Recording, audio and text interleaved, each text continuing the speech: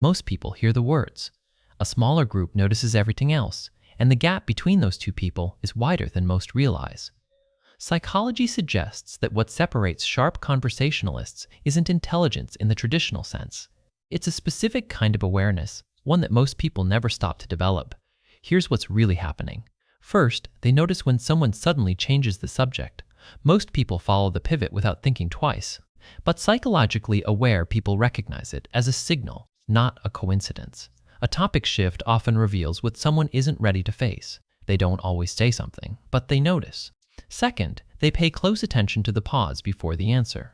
Research shows that micro-hesitations can carry more emotional information than the words that follow.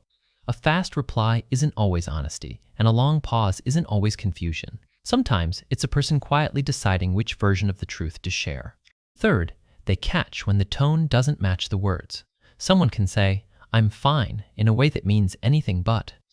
Psychology calls this incongruence, and it's one of the most revealing things a person can broadcast without realizing it.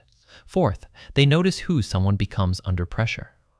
Anyone can be warm when things are easy. They don't judge people by their best moments. They watch for subtle shifts in language, pace, and eye contact when things get uncomfortable. That's where character quietly shows itself. Fifth, they listen carefully to what's left out. What someone chooses not to say is often more telling than what they do say. Psychologists call these omissions, and they're rarely accidental. This reveals something deeper. People secretly edit themselves around what they fear will be judged. Sixth, they sense the energy shift before they can even explain it. Something about the conversation changes, the warmth cools, the rhythm breaks, the connection thins. Most people brush it off as overthinking. People with high social awareness don't dismiss it.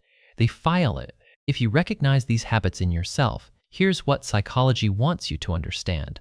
This isn't about being suspicious or reading too much into things. It's about being genuinely present in a world that's mostly running on autopilot. You're not paranoid. You're not overthinking. You're paying attention in a way most people have quietly stopped doing. And if this felt like a description of how your mind already works, the next video might explain exactly why that is.